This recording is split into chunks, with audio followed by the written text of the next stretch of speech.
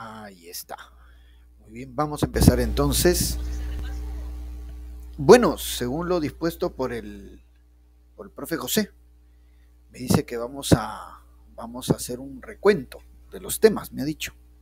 Entonces, empezaríamos con este temita, que es un tema, dicho sea de paso, que también viene bastante en los exámenes de admisión, la teoría de la historia. Muy bien, vamos entonces a desarrollar este tema. Hay preguntas DECO, ¿no? Siempre las preguntas DECO que nos acompañan, que tiene que ustedes ir adecuándose, practicando, acostumbrándose a esas preguntas DECO, ¿no? Vamos entonces a desarrollar este temita. Muy bien. Siempre saludando, chicos, su esfuerzo por aprender. Siempre eso, ¿no? Yo siempre les indico, eso debe ser reconocido, debe ser muy tomado en cuenta y felicitado. Solo se logran los objetivos con sacrificio. Eso es cierto. Y también, claro, saludo a los que han escrito en el chat. Ahí está, saludo a Carla, a Fred, a Roberto, a Aarón, Eduardo, a Alessandro. Claro que sí. Muy bien, buenas tardes con todos. Vamos entonces a desarrollar este tema. Y ya que empezamos la sesión, también siempre yo les doy el consejo, ¿no? Lo que son los celulares, guardarlos, ¿verdad? Para evitar, digamos, distraernos, ¿no? Para poder concentrarnos, ¿no? En toda la información que podamos hacer. Muy bien. Tenemos entonces el tema de la teoría de la historia, que involucra las características de la historia como ciencia y también lo que viene a ser la historiografía, o sea, un poco la evolución de la historia como ciencia, ¿no? Los enfoques que se han ido dando. Así es, también un poquito de cómo es esta teoría de la historia en el caso del Perú, ¿no? Cómo es la historiografía en el caso del Perú. También es importante porque han venido también preguntas de examen de admisión al respecto, ¿no? Los cronistas, los estudios historiográficos. Muy bien, entonces vamos a ir desarrollando eso. Tenemos entonces en lo que es la teoría de la historia. Muy bien. Tenemos acá primero que ir definiendo, ¿no? Algunas cosas de la historia, ¿no? Por cuanto la historia es una ciencia social, porque estudia las actividades del ser humano, en sociedad, por supuesto, claro que sí, es una ciencia social, ¿no? Junto con la antropología, sociología, economía, ¿no? Son ciencias sociales. La historia también. Diferente, ¿no? A las ciencias matemáticas, las ciencias exactas que algunos le llaman, ¿no? O a la biología o la química, ¿no? En el caso de la historia corresponde a las ciencias sociales. Hay varias definiciones, o sea, cómo debemos entender la historia, pero quizá la definición que más se toma en cuenta, la más citada, es la de este historiador francés, Marc Bloch. Marc Bloch es un historiador francés que inició la famosa escuela francesa de historia de inicio del siglo XX, la escuela francesa de historia, llamado también Anales, también se le llama así, la escuela de los Anales, no traducí en castellano, escuela de los anuales. Y Marc Bloch, él murió durante la Segunda Guerra Mundial precisamente, pero él dio la siguiente definición, ¿no? Ahí está. Vamos a ver acá. Bueno, ahorita vamos a ver la definición de Marc Bloch, ¿no? Lo que pasa es que está ahí, se ha movido, creo esto. Bueno, pero vemos acá entonces que la historia es una ciencia social, le hemos definido así, ¿ok? Que reconstruye, analiza e interpreta los sucesos históricos. Siempre ahí se pone el ejemplo, siempre se cita, ¿no? que el historiador es como el detective, porque el historiador siempre hace el estudio sobre hechos que ya han ocurrido. Y lo primero que el historiador busca es reconstruir los hechos, reconstruir exactamente los sucesos, ¿no? Entonces, como un detective, pues, ¿no? Entonces, eso es lo primero que va a buscar el historiador, reconstruir los hechos, investigar, reconstruir un determinado suceso, ¿no? Entonces, el objeto de estudio de la historia es precisamente ese, reconstruir, saber realmente cómo ocurrió un determinado suceso o hecho histórico.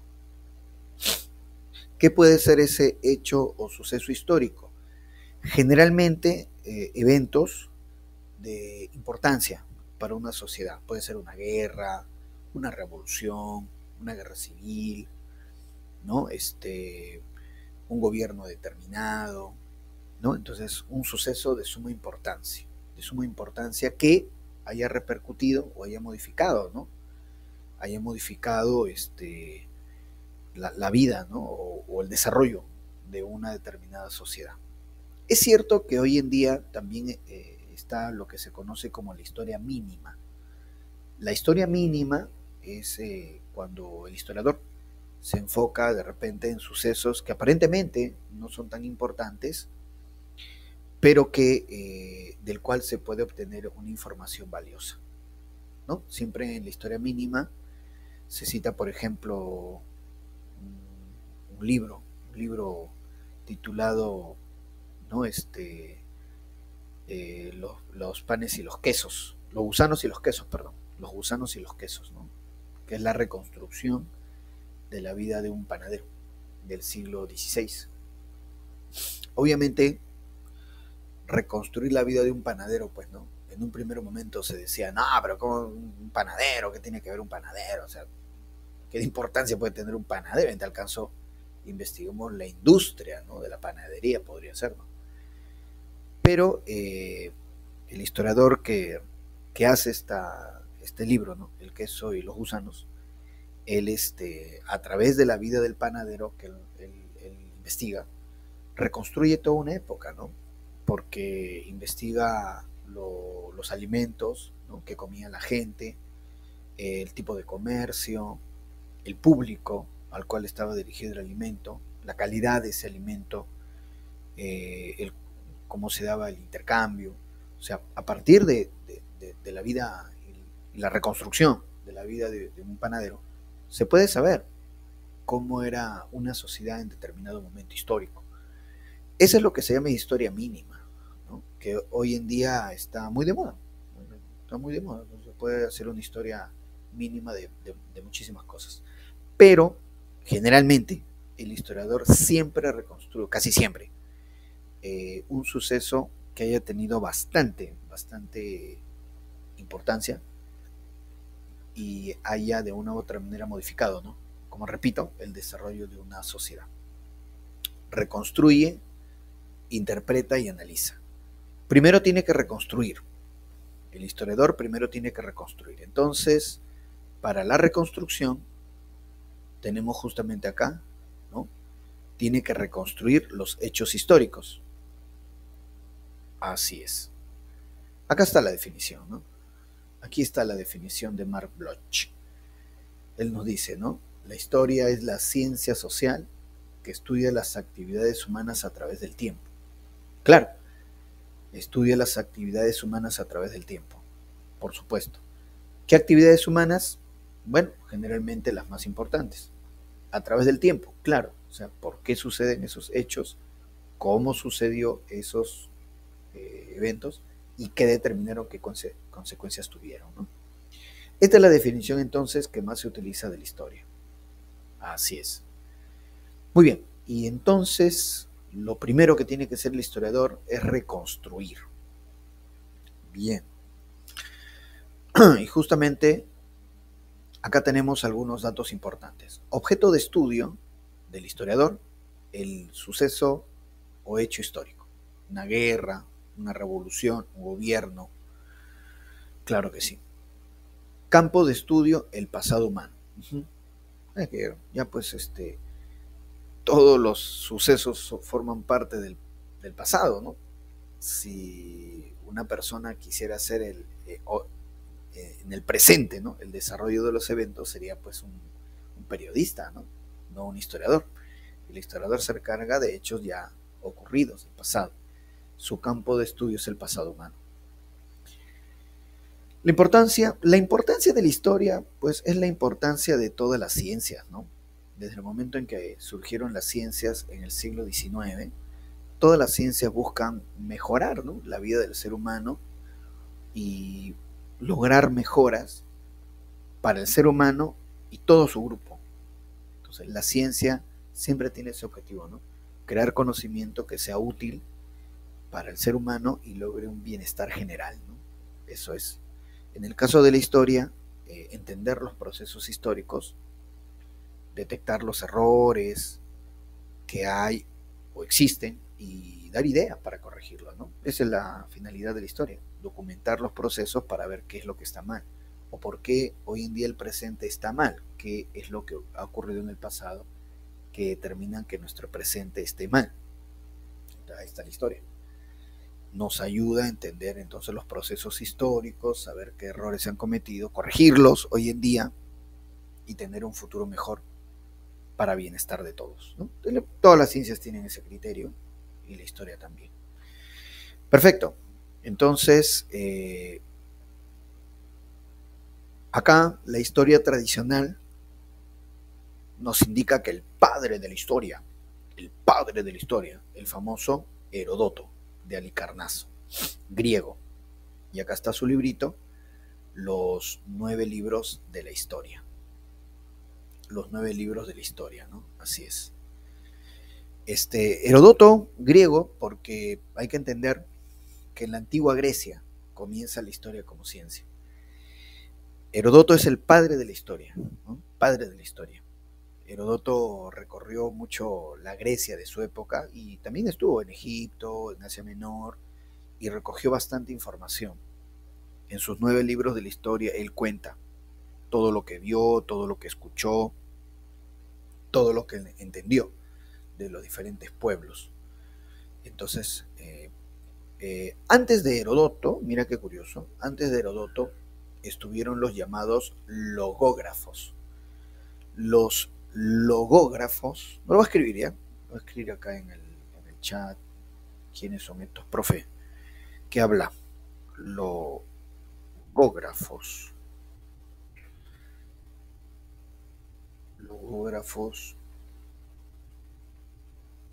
griegos.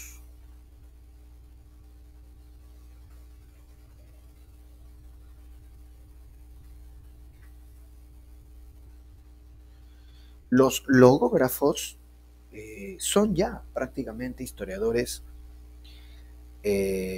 Poco antes de Heródoto, los logógrafos ya registran información, registran datos, ¿no?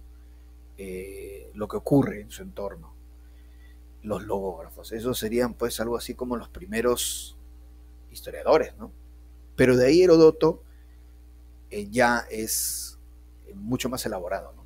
Porque Heródoto en sus 9 libros, él recopila bastante información, trata de hacer entender, ¿no?, en qué consisten los pueblos, qué hacen, dónde se ubican, qué eventos han sucedido. La crítica a Heródoto es que él a veces ha exagerado algunas cosas para que la narración sea más espectacular, o quizá de repente, ¿no? La memoria es frágil, ¿no? Y de repente por ahí exagerado sin querer, ¿no? Pero sí hay exageraciones. Él habla, por ejemplo, de ejércitos de 1.000.000 de soldados, ¿no? Lo cual sería algo pues impensable, ¿no?, en el mundo antiguo, porque 1.000.000 de soldados requeriría una organización que en el mundo antiguo no había, ¿no? Imagínate todos los días darle de comer a 1.000.000 de personas, ¿no?, soldados, armas para 1.000.000 de personas. Cómo cura a los heridos en una batalla donde he tenido 1.000.000 de soldados atacando, ¿no? Entonces, esas cosas no ha habido, ¿no? Pero él las dice, ¿no? Entonces ahí Heródoto, ¿no?, exagera. Algunos dicen que lo hace a propósito, para que la narración sea, ¿no?, realmente espectacular. Otros dicen que no, simplemente que de repente él se confundía y bueno, pues, ¿no?, se equivocaba, pues, ¿no? Pero no es exacto. Por eso, después hay otro griego llamado Tucídides, que es llamado el padre de la historia científica, porque Tucídides sí se ha comprobado que él se apega bastante a la realidad, que Tucídides era, desde un punto de vista, comparado con Heródoto, era un poco más serio, ¿no? Tucídides, padre de la historia científica, le dicen. Pero primero quedémonos con Heródoto, padre de la historia. Muy bien, entonces tenemos por acá, ajá,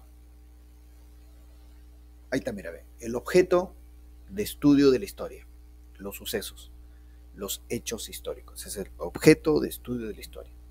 Los hechos históricos se reconstruyen con las llamadas fuentes, exacto, con las llamadas fuentes de la historia. Las fuentes de la historia, ¿no?, acá mira, lo indico. Las fuentes de la historia son todas las evidencias, testimonios, datos, informaciones, todo aquello que le permita al historiador reconstruir el proceso histórico. Todo aquello que le permita al historiador reconstruir el proceso histórico, como te digo. Muy bien, así es. Entonces, claro que sí. Muy bien. Por supuesto. Y sobre todo, el historiador, sobre todo, busca fuentes escritas. Sobre todo, las fuentes más determinantes, las fuentes más decisivas incluso para el trabajo histórico, son las fuentes escritas. Definitivamente. Y además, dentro de las fuentes escritas, porque ¿qué puede ser una fuente escrita? Libros, cartas, testamentos, periódicos, decretos, revistas, ¿verdad? Todo eso es fuente escrita. Y es la fuente más importante para el historiador. Pero dentro de esas fuentes escritas, sobre todo las fuentes escritas que tengan que ver con un Estado, con un gobierno. Esas fuentes escritas son más valiosas todavía, por cuanto el Estado es el que dirige una sociedad, el que ordena una sociedad, ¿no?, el que lleva a cabo reformas, cambios. Entonces,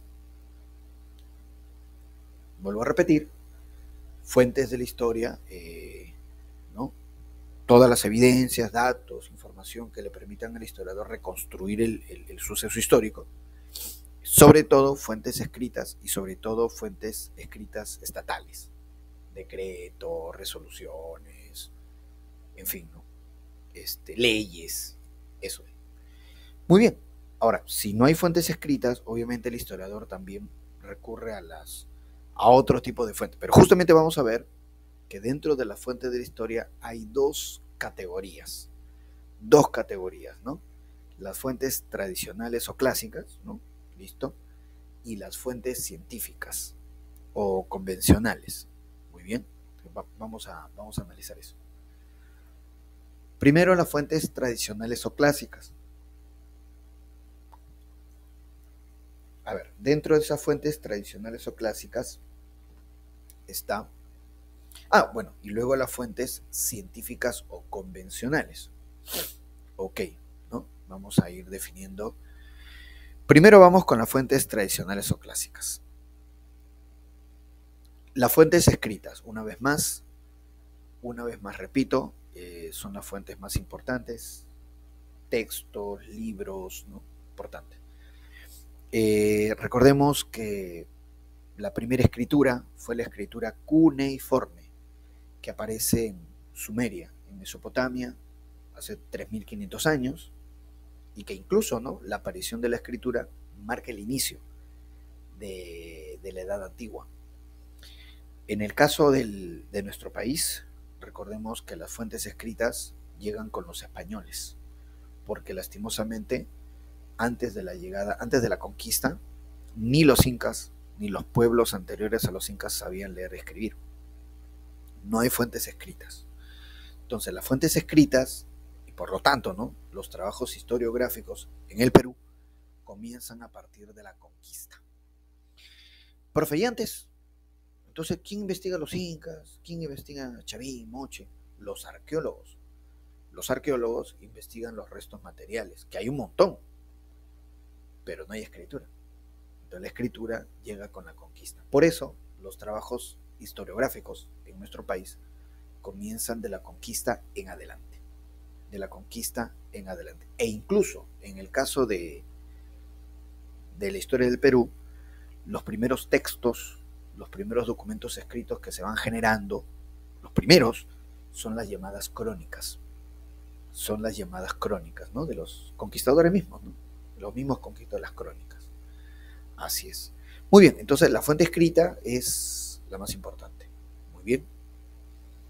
Arlene me dice, profe, los quipus, no lo discrimine. No, mira, Arlene, los quipus no es una escritura. Los quipus es un sistema de contabilidad. Es un sistema de contabilidad, hasta es un sistema mnemotécnico, o sea, como una ayuda a memoria, ¿no? Los diferentes nudos, soguillas de colores, ayudaban al intérprete, ¿no? Al quipu camayoc, a de repente acordarse, ¿no? De un determinado producto o de un personaje, no sé, no quizás de una batalla, ¿no? Pero solamente para acordar, nada más. De los quipus es un sistema de contabilidad. Y cada quipu camayoc tenía su propia forma de interpretar su quipu, que lo cual lo hace más complejo. Por eso es que hasta ahora no hay una forma definitiva de interpretar los quipus. Cada quipu camayoc tenía su propia metodología prácticamente para trabajar el quipu, para interpretar el quipu. Así es, muy bien claro. Además, hay que recordar que los quipu camayocs, sobre todo, estaban en las llamadas colcas, que eran esos almacenes de los incas, unos almacenes estatales espectaculares, dice, enormes, llenos de productos aireados. Y ahí en esas colcas es donde se necesitaba un sistema de contabilidad para saber cuántos productos llegan, cuántos productos son entregados, qué sé yo, a los curacas, ¿no? Qué tipo de productos, en qué fechas, ahí sí. El quipu camayoc siempre estaba en la colca. Muy bien, entonces dejamos a la fuente escrita, que es la más importante, lo repito una vez más, y luego vienen las fuentes materiales. Las fuentes materiales o fuentes arqueológicas, también se le llama, ahí están las construcciones, como vemos ahí, la pirámide de Egipto, o están también los objetos, ¿no? Arco y flecha, un hacha de madera, ¿no? Todo lo que sean objetos también son fuentes materiales. Los fósiles. Hay que recordar que los fósiles son restos que alguna vez tuvieron vida. Que en muchos casos tienen carbono, ¿no? Si en una cueva yo me encuentro un pedazo de madera, ¿no? Un hacha primitiva,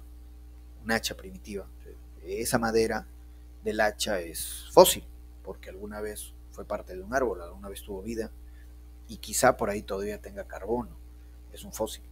Ahora, la piedra del hacha no, porque la piedra nunca ha tenido vida, ¿no? La piedra siempre ha sido piedra, punto.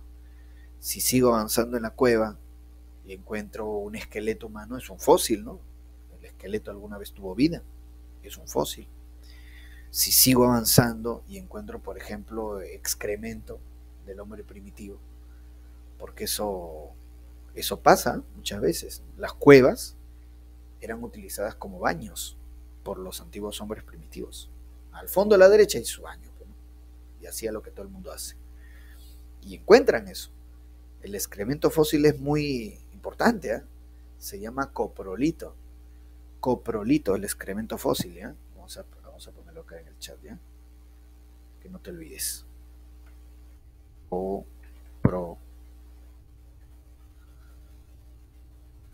Coprolito, por supuesto.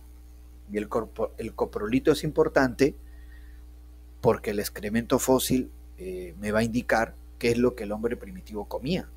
Tú sabes, ¿no? Todo lo que entra sale también. Entonces ahí en el coprolito se puede saber cuál era la dieta, qué animales cazaban, qué animales consumían, qué vegetales recolectaban, por ejemplo, ¿ya ves? Todo eso se encarga la arqueología, ¿no? En fuentes materiales. Todo eso, de fuentes materiales, construcciones, objetos, fósiles, ahí está. Las fuentes orales. Las fuentes orales son las narraciones, ¿no? Que los pueblos, sobre todo los pueblos que no tienen registro escrito, realizan. Uno va, por ejemplo, a los pueblos amazónicos, y los pueblos amazónicos hasta ahora transmiten sus costumbres, su forma de entender el mundo a través de narraciones, cuentos, leyendas. Sí, uno va a la selva, te hablan, ¿no? Del chuquichaqui, ¿no? Del el, el chuqui, ¿cómo es? Chuyachaki, perdón, Chuyachaki. Te hablan del Chuyachaki, ¿no? Del duende de la selva que cuida a la naturaleza, el Chuyachaki. O te hablan de la Yacumama, ¿no? La Yacumama, la gran anaconda que cuida el lago, ¿no? O te hablan del bufeo colorado, del delfín colorado, ¿no? El bufeo colorado que adopta forma humana para seducir a las chicas. Así es, ¿no? Lógico. Entonces, ese tipo de leyendas, ese tipo de historias del Hinchan, ¿no? El vampiro de la selva, ¿no? Lógico. Entonces, ese tipo de historias son fuentes orales, narraciones, mitos, leyendas, ¿no? Son fuentes orales. Muy bien. Fuentes etnográficas. Las fuentes etnográficas son las tradiciones. Son las tradiciones, claro, que caracterizan a los pueblos. Las tradiciones, ¿no? Que son festividades. Ahí está, por ejemplo, ¿no? la procesión del Señor de los Milagros, la comida en el caso de Lima, por supuesto los bailes. Claro, claro que sí. Entonces todo eso son tradiciones y forman parte de las fuentes etnográficas. Etnográficas. Muy bien. Claro que sí, las festividades también, ¿no? El Día de la Canción Criolla, por ejemplo, también es una fuente, es un tipo de fuente etnográfica porque es una tradición. Perfecto. Fuentes audiovisuales, ¿no? Ahí están las fuentes audiovisuales, mira, ve. Las fuentes audiovisuales son importantes. Bueno, hoy en día es importante porque nos ayudan a entender muchísimas cosas, ¿no? Las redes sociales, imagínate, ¿no? Videos, películas, documentales, ¿no?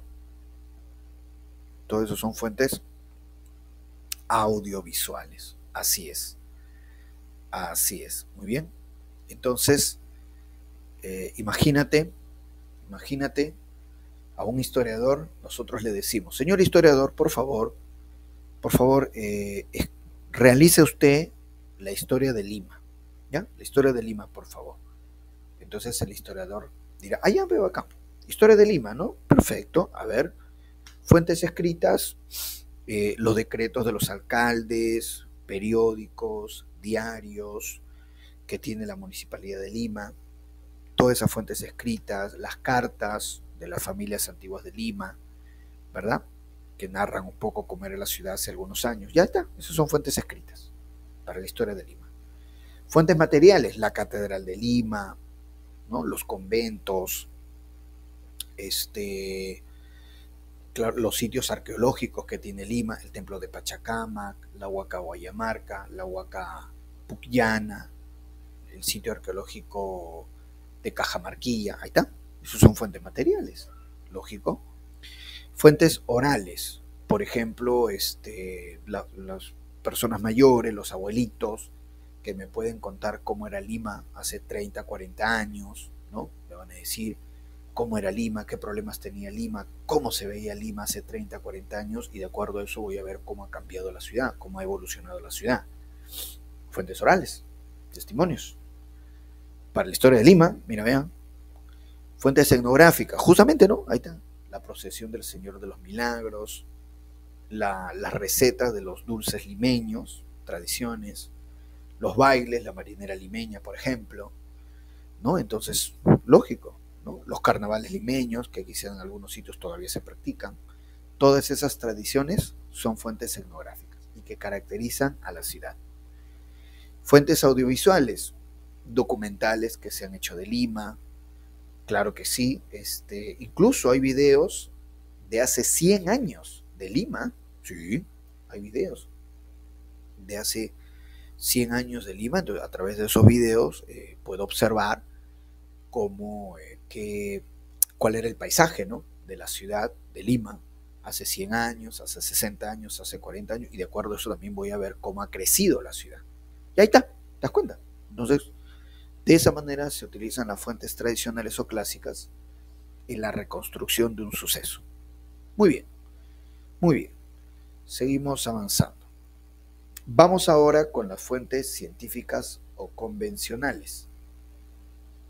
Científicas o convencionales. En el caso de las fuentes científicas o convencionales, hay que entender que esas fuentes científicas o convencionales son las que de una u otra manera más se utilizan para realizar un trabajo historiográfico.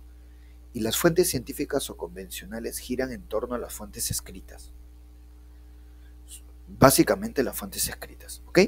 Que como ya te dije anteriormente, son las fuentes más importantes para el trabajo del historiador. Fuentes escritas. Entonces, ¿cuáles serían las fuentes primarias o directas? ¿Y cuáles serían las fuentes científicas secundarias o indirectas, ¿no? Justamente lo vemos acá. Las fuentes primarias directas serían aquellas que forman parte del proceso histórico, y las fuentes secundarias indirectas serían aquellas que se generan como estudio del proceso histórico. Ahí ponemos un ejemplo, ¿no? Ahí ponemos un ejemplo. La Primera Guerra Mundial, ¿no? O mejor dicho, ¿no? A ver. Por ejemplo, ahí está, la época del terrorismo en el Perú. Entonces, imagínate, ¿no? Me dan de repente, había un periódico titulado Marca. Ese periódico Marca se atribuía que lo elaboraban gente simpatizante de Sendero Luminoso, ¿no?, del grupo terrorista. Pues, el diario de Marca se titulaba, el diario de Marca. Entonces me dice, profe, ahí tiene usted el diario de Marca, ¿no? Publicado durante los años del terrorismo, 1983, por así decirlo. El diario de Marca. Allá va acá, listo. Y por otro lado me traen de repente, me traen el libro de Benedicto Jiménez, que Benedicto Jiménez fue jefe del Servicio de Inteligencia Nacional, que justamente dirigió la captura de los líderes terroristas, ¿no?, de Abimel Guzmán y de Pola Campos. El libro de Benedicto Jiménez ha sido publicado hace ¿cuánto? Hace 5 años, ¿no? 2016 me parece, 2016. ¿Ya? No hace mucho, ¿no? Bien. Entonces, mira, me dan esas dos fuentes escritas. El diario de Marca, de la época del terrorismo, y el libro de Benedicto Jiménez sobre cómo el GEIN apresó a los líderes terroristas, pero este libro del 2016. Entonces, ¿cómo debo entenderlo en términos de las fuentes científicas o convencionales? A ver, la fuente científica primaria directa me dice, la fuente tiene que formar parte del proceso histórico. ¿Cuál de los dos formó parte del proceso histórico? ¿El diario de Marca del año 83 o el libro de Benedicto Jiménez del 2016? ¿Cuál habría pertenecido al suceso histórico? A ver, chicos, a ver, díganme, ¿qué responderíamos ahí? ¿Ah?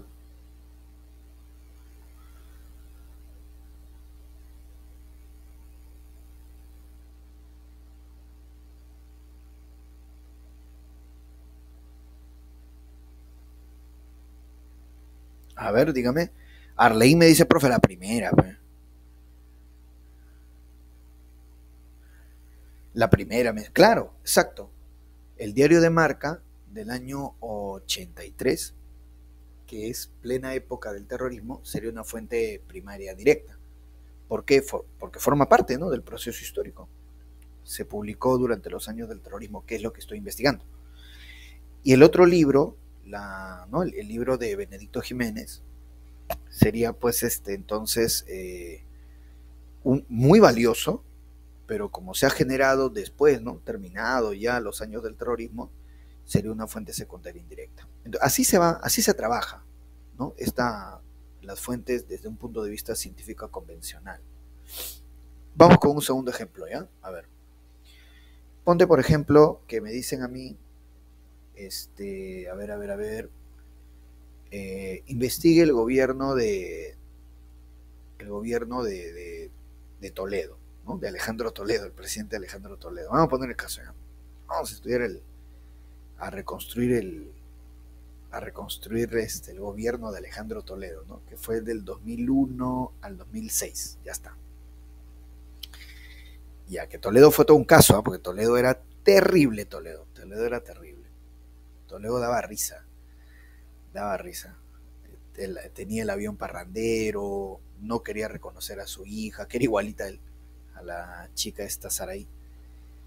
Toledo se emborrachaba públicamente, tomó como amante a su guardaespaldas, su esposa Eliancar se llevó momias del Perú, un desastre, porque daba risa siempre.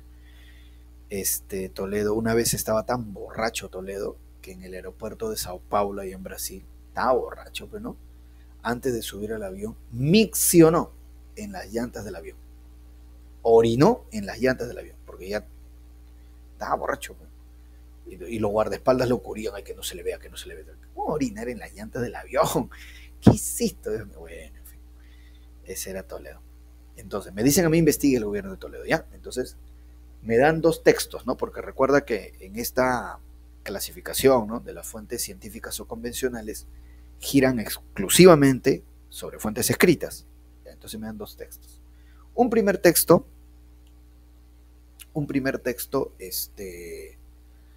por decirte, me dan un primer texto, el caso Odebrecht. ¿Ya? Es un librito publicado hace poco, 2018, el caso Odebrecht, ¿no?, donde cuentan, reconstruyen, ¿no?, cómo esta empresa brasileña corrupta, Odebrecht, coimió a Toledo con $20 millones, ¿no?, para construir la carretera interoceánica. Lo curioso, sí, mira, ahí David me escribe, profe, se parece a un amigo cuando está borracho, dice, no le digas, peda, David, pero es cierto, no, ese Toledo era terrible, era todos sus hermanos de Toledo metidos en casos de corrupción, toditos. Pero, claro, a veces uno dice, profe, entonces ahorita que tenemos al profesor Castillo de presidente, su familia también está envuelta en casos de corrupción. Pero en el caso de Toledo, y yo me acuerdo, en el caso de Toledo, sí, sus hermanos estaban metidos en casos de corrupción, pero no eran tan sinvergüenzas, ¿no? En verdad. Porque yo me acuerdo que los hermanos de Toledo, o sea, sí iban a declarar, o sea, y eran culpables, ¿no? Pero, y otra cosa, los hermanos de Toledo comenzaron a robar, pero no fue tan rápido. O sea, eso comenzó a salir a los 2, 3 años del gobierno de Toledo, ¿no? O sea, una vez que el gobierno de Toledo se asentó, y ahí comenzaron. Igual lo de Odebrecht y la coima de esta empresa brasileña también fue más o menos a mitad de su gobierno. No fue tan rápido, o sea, uno no veía esa desesperación por, ya llegué y ahorita me llevo hasta lo que, ¿no? Así como el choro que ya quiere llevarte tu celular así en one, no, eso recién lo he visto ahora, en serio. Un poco que los gobiernos anteriores se tomaban tiempo, pero no, siquiera, pero no, vamos a gobernar un poquito y de ahí ya, pero nunca he visto un caso como este, una vergüenza, ¿verdad? Entonces, y eso que Toledo no era la gran cosa. Entonces, ahora, lo curioso es que la empresa que lo coimió, como es la vida, no sea, la empresa que lo coimea a Toledo es Odebrecht, y quien impulsaba a Odebrecht es el que ha salido ahorita elegido presidente de Brasil, Lula da Silva. puta, yo no sé, los brasileños también tan locos, ¿no? Eligen a quien les robó. Bueno, en fin. Entonces, ya, el librito, el caso Odebrecht, 2018. Muy bueno el libro, ¿eh? Porque ahí narra todo lo que, la coima que le dieron a todo el día. El librito, caso Odebrecht. Ahí está bien documentado cómo fue la coima a Toledo y cómo se hizo. Ya está. Y por otro lado, me entregan, ahí está justo este libro, mira que me lo han dado ahorita para hace unos días. Dice, Historia de dos aventureros. Ahí está. Que es la historia de Toledo y su esposa Eliancar. Este librito es de cuándo, a ver. Vamos a ver acá la fecha. 2005, o sea, 2005, o sea, todavía durante el gobierno de Toledo, ¿ves? O sea, todavía es del gobierno de Toledo, todavía se estaba desarrollando, el gobierno de Toledo 2000, hasta el 2006. Historia de dos aventureros, ¿no? Periodista Humberto Jara, dice, Jara. Ya. Entonces la pregunta es, desde el punto de vista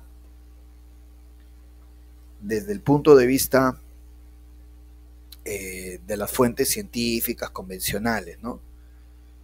¿Cuál de estos dos textos sería primario directo y cuál sería secundario indirecto? Ojo, que te he manifestado un librito, el caso Odebrecht, del 2018, muy bueno, ¿eh? 18, y el otro, el libro que te he mencionado, La historia de dos aventureros, que se publicó durante el gobierno de Alejandro Toledo. Muy bien.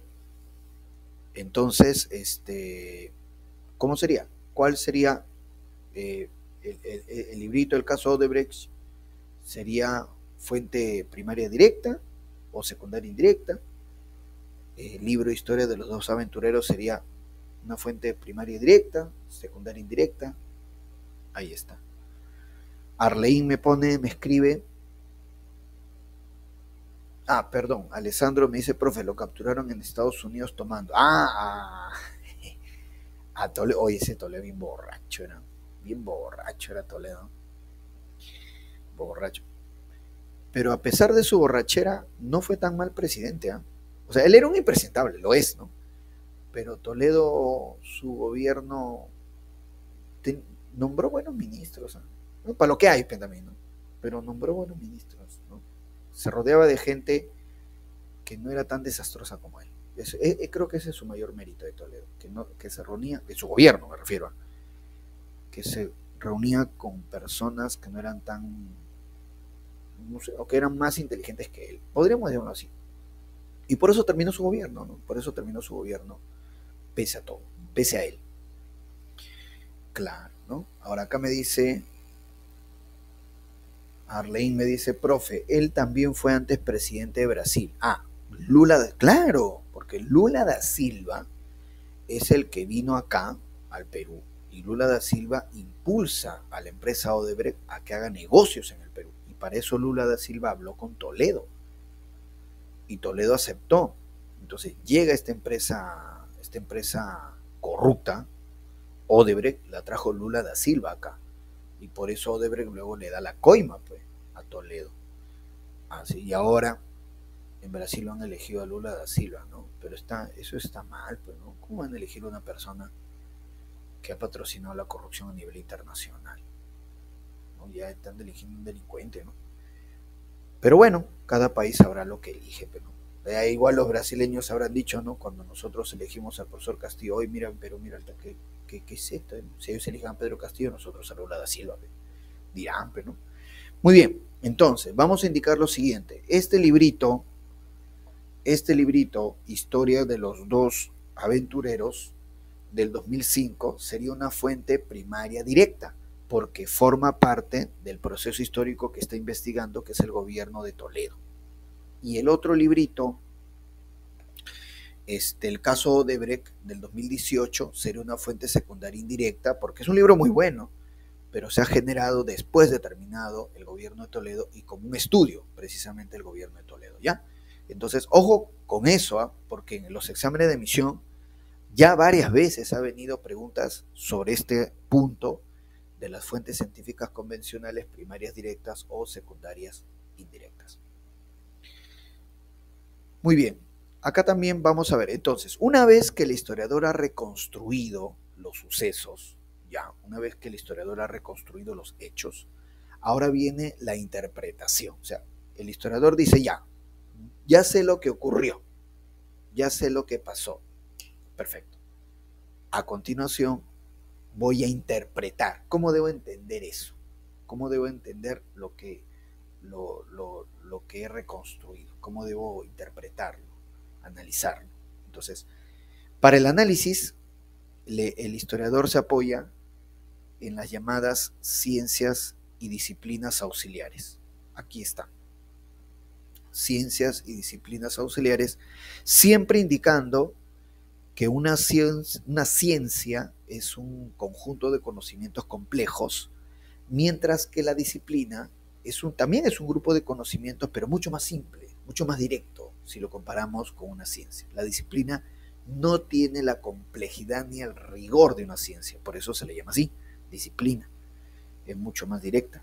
A ver, entre las ciencias auxiliares tenemos la arqueología, la economía, la geografía, demografía, antropología y sociología. La arqueología, por si acaso, durante mucho tiempo a la arqueología se le llamó el cuerpo de la historia, ¿no? Así le decían antiguamente, el cuerpo. Qué gran cuerpo de la historia, ¿no? La arqueología. Esas son las ciencias. Y en cuanto a las disciplinas, que son más directas, más simples, ¿no? Si lo comparo con las ciencias, tengo la paleografía, epigrafía, cronología, diplomacia, iconografía, numismática. Muy bien, claro que sí. Son más directas, más simples, ¿no? También habría que indicarte que antes a la cronología y a la geografía le decían los ojos de la historia, ¿no? Alguna vez se le llamaba así, la cronología y la geografía, los ojos de la historia. Muy bien. Tipos de fuentes, ¿no? De la historia. La carta sería una fuente escrita definitivamente, ¿no? Aunque ya no se utilizan, ¿no? Ya las cartas ya en físico, ahora todo es correo electrónico, ¿no? Todo es WhatsApp. Pero bueno, las cartas eran un tipo de fuente escrita. Las chulpas de Siyustani, que son estos torreones de la cultura aymara, sería una fuente material, arqueológica. La leyenda la leyenda de la Nahuala, esto es en México, sería una fuente oral. Buena película, profesora, de leyenda. Buenas, tiene un montón de películas. Profesora, usted ya no sabe que ahora el WhatsApp ya algunos dicen WhatsApp nada más. ¿Cómo? Y ahora la gente ya no solamente dice WhatsApp, ahora algunos dicen WhatsApp. La guasa, allá, la guasa. Bueno, lo vamos peruanizando, ¿no? Lo vamos peruanizando, ¿no? Entonces, ¿no? Ya no es el WhatsApp, como bueno, en inglés, ¿no? Se debe pronunciar WhatsApp, pero nosotros decimos WhatsApp. El WhatsApp ahora el WhatsApp, la WhatsApp. Como la palabra watchman, ¿no? Que dice que originalmente era watchman, que es el watchman es ¿cómo diríamos? El hombre de seguridad, ¿no? Del watchman, pero en castellano, watchman. Claro, ¿no? Entonces lo vamos castellanizando las cosas. Muy bien, entonces el ceviche es una tradición. Claro, forma parte de la tradición culinaria, de la tradición gastronómica, ¿ya? Recuerda que la tradición es algo así como la cultura, ¿no? Que va quedando, diferente a la costumbre. Recuerda que la costumbre son cosas que acompañan a la tradición. Por ejemplo, la tradición sería preparar un ceviche. Lo justo, ¿sí o no? Ya está. Pero de repente alguien dice, profe, pero yo al ceviche lo acompaño con una Inca Kola. Ya, bacán, ¿sí o no? Ya, pero la Inca Kola sería la costumbre. Porque si yo no pongo la Inca Kola, el ceviche sigue valiendo. Pero si yo retiro el ceviche, dejo la Inca Kola, eso no es tradición. Entonces, el ceviche es la tradición, ¿no? Y hay que diferenciar la tradición, que es la festividad en sí, la cultura en sí, con la costumbre, que es algo que simplemente acompaña, ¿no? Siempre hay que tomar. Profesor, siempre tiene, ceviche siempre tiene que estar con su chicha.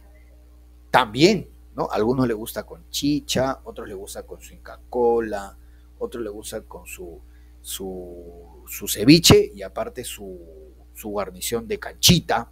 También, cada uno Sopa de pescado. su sopa de pescado también. Ya depende. Incluso hay gente, por ejemplo, que le gusta el ceviche con papa. Yo conozco gente que dice, mi ceviche tiene que tener papa. Bueno, pero por ejemplo, ahí estamos viendo un ceviche clásico que no lleva papa, lleva camote, pero a otro le gusta papa. Entonces así es, ¿no? Que a cada quien le va agregando, le va quitando cosas. Muy bien. Entonces, sí.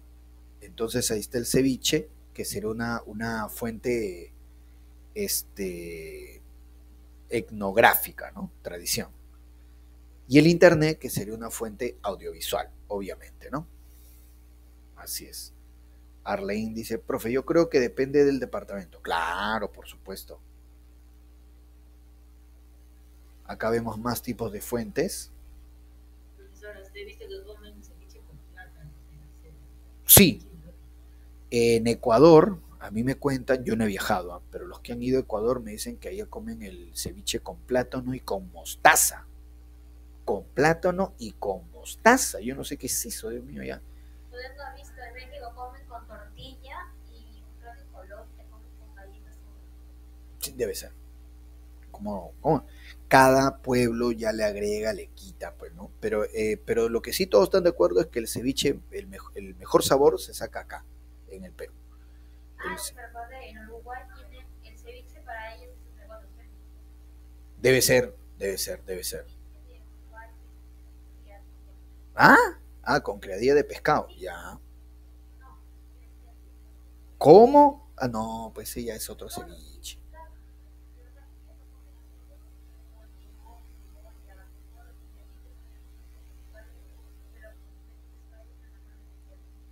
Imagínate, ¿no? Bueno, pues no, ya tú sabes que antes comer la criadilla era un afrodisíaco.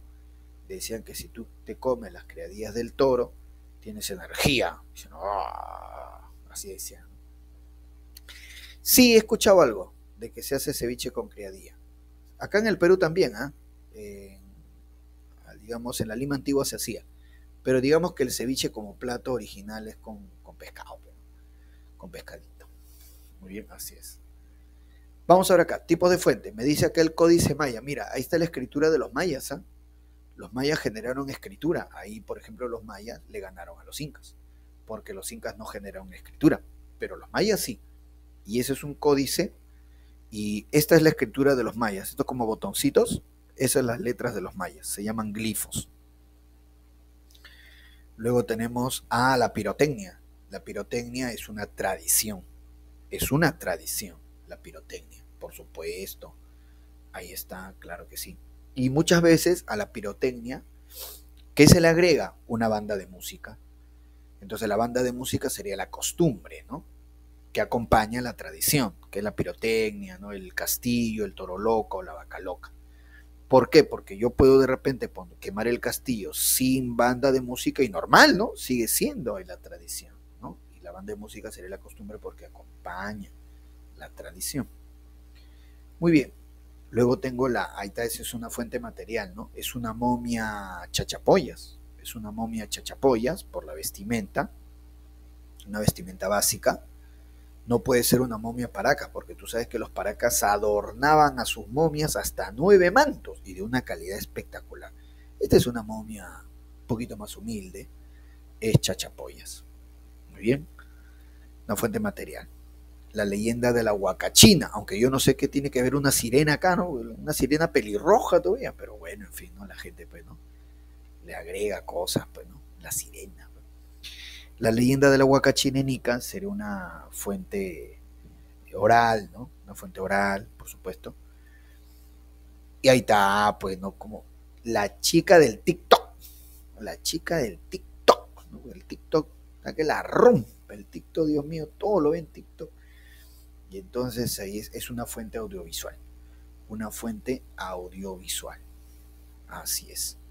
Muy bien, entonces.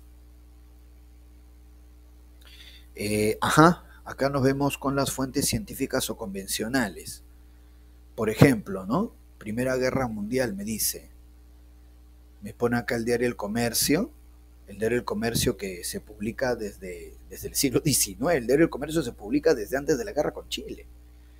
Y entonces me pone acá El Comercio, publica el asesinato del archiduque, ¿no? Francisco Fernando, del archiduque Francisco Fernando, así es, ahí está, ¿no? El asesinato y el asesinato del archiduque Francisco Fernando a la larga pues es el pretexto, ¿no? Para que empiece la Primera Guerra Mundial. Obviamente este diario es del día siguiente, ¿no? Del asesinato del archiduque de 1914. Y este otro libro, 1914 al 18, de David Stevenson, obviamente es posterior a la guerra, ¿no? Me pregunta acá, ¿cuál será fuente directa primaria? ¿Cuál será fuente secundaria indirecta? Arlene me dice, la primera sería directa. Claro, definitivamente, ¿no? Porque se publicó mientras sucedió el suceso histórico, que es la Primera Guerra Mundial. Y la segunda sería secundaria, porque se ha publicado después de terminado el suceso histórico, la Primera Guerra Mundial. La Primera Guerra Mundial, o llamado también Gran Guerra, ¿no? Me pone acá otro ejemplo, la Guerra de las Malvinas, 1982. Primero me pone el diario El Clarín, que al día siguiente nomás de iniciado el conflicto titulaba Tropas argentinas desembarcaron en las Malvinas. Galtieri, que era el presidente de Argentina, dirigirá hoy un mensaje al país. Y luego tengo el libro Horacio Mayorga, contraalmirante argentino, no vencidos, ¿no? Obviamente esto es después de la derrota, ¿no?, de Argentina en la guerra. ¿Cuál será acá fuente primaria directa? ¿Cuál será fuente secundaria indirecta? Obviamente también la primera sería fuente primaria directa, claro que sí, y la segunda sería secundaria indirecta porque fue publicada, terminado el proceso histórico que se ha investigado, ¿no? Primaria directa, secundaria indirecta. Las ciencias y disciplinas auxiliares. Ok, a ver, yo te había mencionado que las ciencias auxiliares son más complejas, más elaboradas, ciencias auxiliares o cooperativas, y que las disciplinas son más directas, son menos complejas con relación a las ciencias. Acá dice, ¿no? Ciencias auxiliares tienen valor científico por sí mismas, independientes. En cambio, las disciplinas no tienen el rigor académico para ser consideradas ciencia, ¿ves? Antropología estudia la evolución biológica y cultural del ser humano. Arqueología estudia los restos materiales de las culturas antiguas. Geografía estudia el escenario del suceso histórico. Sociología estudia el desarrollo de una sociedad. Demografía estudia las características de la población. Economía estudia el uso y circulación de recursos. Paleontología estudia los fósiles. En disciplinas, la paleografía estudia las escrituras antiguas para poder interpretar. Esta paleografía se utiliza mucho en el Perú, por si acaso. La paleografía mucho se utiliza en nuestro país. Porque acá, por ejemplo, a un historiador le dicen, ¿no? Señor historiador, por favor, investigue las crónicas, ¿no? Los libros que se publicaron en el siglo XVI, en plena época de la conquista. Esos libros todavía existen, ¿eh? Normal, se pueden leer, pero es un castellano del siglo XVI, es un castellano de hace 500 años, de hace medio milenio, y es un castellano distinto. Hay palabras que no se utilizan, giros lingüísticos que ya no se utilizan. Entonces el historiador tiene que estudiar paleografía para poder entender mejor esos giros lingüísticos, esas palabras, y para poder entender e interpretar esas crónicas. Entonces la paleografía se utiliza bastante, bastante en nuestro país. Y luego la iconografía. La iconografía también es una disciplina muy usada en nuestro país, porque la iconografía me ayuda a descifrar las imágenes, a interpretar las imágenes. Imagínate un arqueólogo, imagínate todas las imágenes que ve en la cerámica, de la cerámica Chavín, Moche, Nazca, un montón, ¿no? de puras imágenes. Entonces, la iconografía ayuda a entender qué significado tiene esta imagen, ¿no? ¿Por qué pintaban esa imagen? ¿Qué colores? ¿Por qué utilizaban esos colores? ¿Por qué no otros? Todo eso ayuda al arqueólogo, la iconografía y al historiador también. Entonces, la paleografía y por eso nos ponen acá al comienzo, la paleografía e iconografía se investigan, se utilizan bastante en nuestro país. Así es. Arleín me pregunta, profe, ¿y eso de directas y otras que son teóricas? No, es que lo de las eh, fuentes directas, indirectas, eso tiene que ver justamente en el rubro de fuentes, ¿no? Cuando uno hace las fuentes, ¿cómo reconstruir la historia? Allá, fuentes tradicionales, fuentes científicas, ¿no? ¿Cómo reconstruir los hechos? Una vez que los hechos ya están reconstruidos, vamos a la segunda etapa, que es esta. ¿Cómo entender esos hechos que he reconstruido? Y ahí entran a tallar las ciencias y disciplinas auxiliares que orientan al historiador cómo entender lo que ha reconstruido. Las fuentes son para reconstruir la historia y las ciencias y disciplinas para interpretar los sucesos reconstruidos. Así es la cosa. Muy bien. Luego dice, cronología, organiza los sucesos en el tiempo. Viene de cronos, tiempo. Etnografía, describe e interpreta la cultura de los diferentes pueblos. Claro. Y luego hay bastantes por acá, mira, epigrafía, descripciones de monumentos antiguos, diplomacia, autenticidad de documentos históricos, codicología, libros como objetos físicos, numismática, investiga las monedas, filatelia, investiga los billetes antiguos, heráldica, escudos, sigilografía, sellos antiguos, vexilología, banderas, genealogía, ascendencia de las familias y archivística, documentos. Ahí está. Muy bien, entonces vemos acá un mapa mental de las ciencias auxiliares, ciencias y disciplinas auxiliares. Muy bien, claro que sí. Así es, ¿no?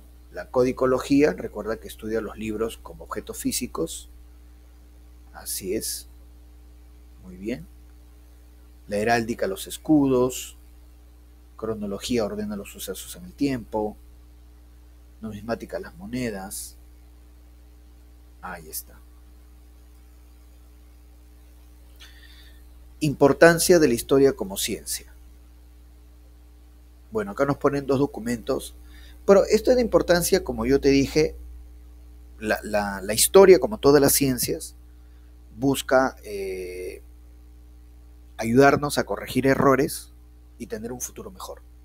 Nos ponen acá dos documentos, ¿no? La historia médica sirve para que el doctor, ¿no? El doctor vea cómo recetar, ¿no? Medicinas a un paciente.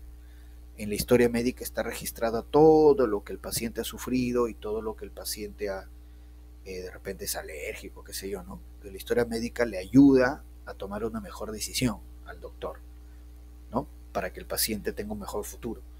Y en el caso del currículum vitae, el currículum vitae es la historia personal de cada uno, ¿no?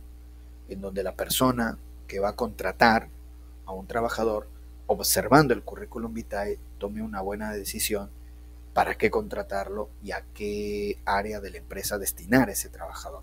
El currículum vitae también ayuda a tomar una mejor decisión para un mejor futuro para el trabajador y para la empresa. Sí, entonces la historia de la importancia de la historia es siempre esa, ¿no? Como ciencia, como todas las ciencias, tratar de mejorar el presente y tener un futuro mejor. Ajá. Métodos para saber, espérate, pero vamos a ir viendo esto.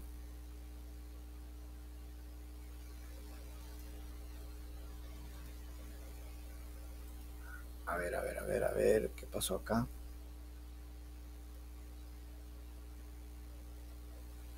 ¿Qué pasó acá? Un ratito.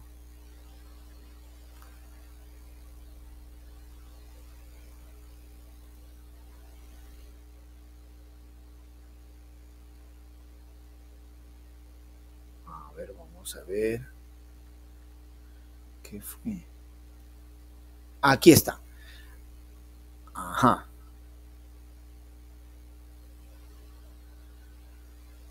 Aquí está. Muy bien. Ya, espérate. Creo que nos hemos adelantado mucho. Nos hemos adelantado. Ah, ya. Ah, claro, este es el que tocaba. Ya. A ver. Métodos para saber la antigüedad de un resto histórico. A ver, vamos a ver acá.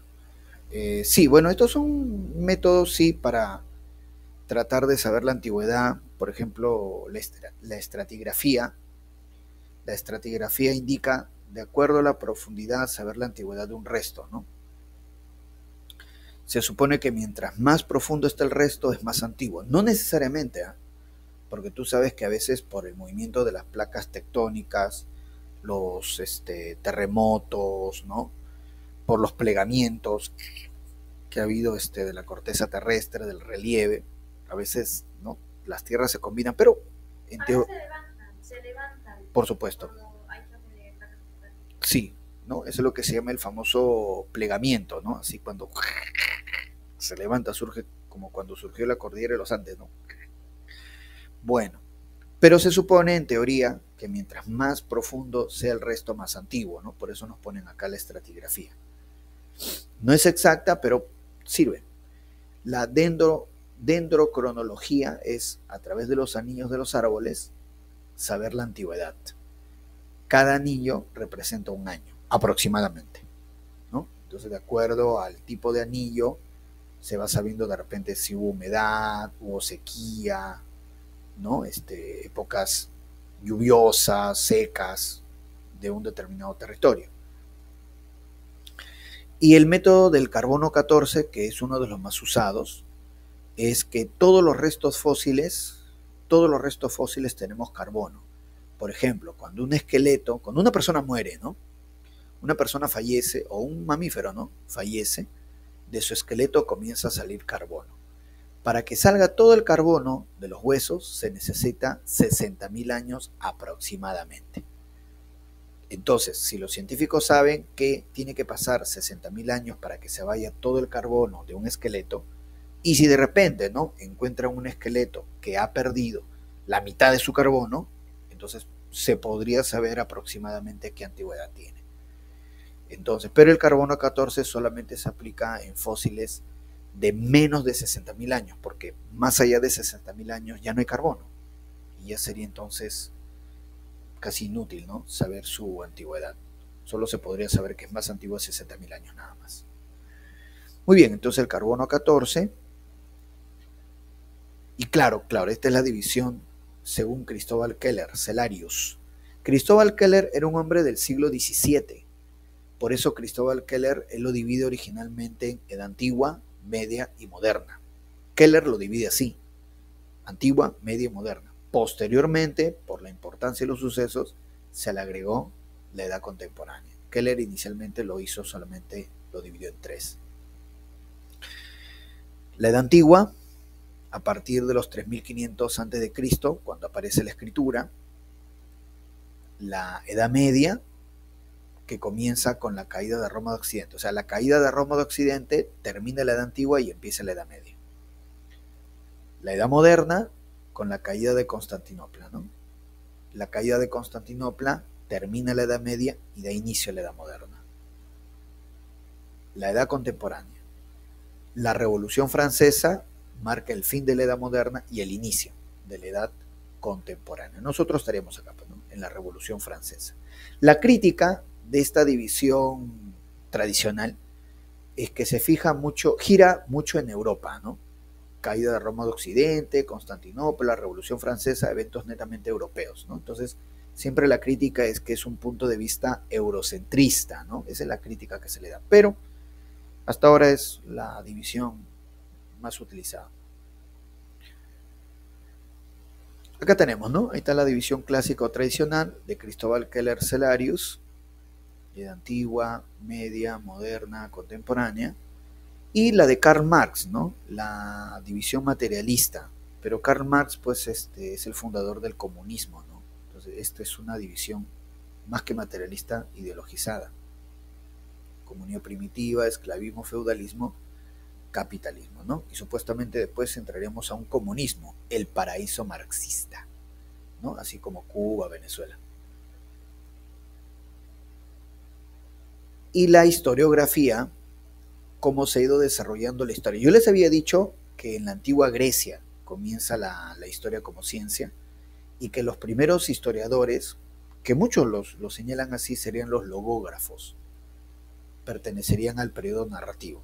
Heródoto, padre de la historia, los 9 libros de la historia, Heródoto. Genofonte, la expedición de los 10.000, otro griego importante. Tito Livio es romano, Tito Livio es romano, igual que Salustio, por ejemplo. Heródoto, ¿no? Padre de la historia. Pragmático didáctico, acá está Tucídides, que muchos le llaman padre de la historia científica, porque Tucídides sí no mintió, fue estrictamente verídico en su narración. Fue un general que llegó tarde a la batalla y por su culpa se perdió la guerra. Y él narra por qué llegó tarde y no miente. Dijo por qué llegó tarde, cuál fue su error y por qué se perdió la batalla. Historia de las guerras del Peloponeso, ¿no? De Tucídides, padre de la historia científica. Ya en el siglo XIX, el romanticismo era una historia que le gustaba hablar mucho de los nacionalismos, alabar, ¿no? De una u otra manera, endiosar, si es que cabe la palabra, ¿no? Llenar de elogios a determinados héroes nacionales, ¿no? Ese es el romanticismo. Leopoldo von Ranke, muy bien, Charles Seinovos, Arnold Toynbee, claro, ¿no? Y en el siglo XX, la escuela francesa de historia, de los anales o anuales, Marc Bloch, que vimos su definición de historia, ¿no? Que la historia es la ciencia social que estudia las actividades humanas a través del tiempo. Marc Bloch, su fundador, Lucien Febvre, Fernand Braudel, ¿no? Así es. Muy bien. Ahora sí, tenemos entonces las preguntitas. ¿Ya? A ver, chicos, por favor, lean y pongan sus claves. ¿Sí? Lean y pongan sus claves respectivas. Perfecto. A ver, un ratito lo voy a volver a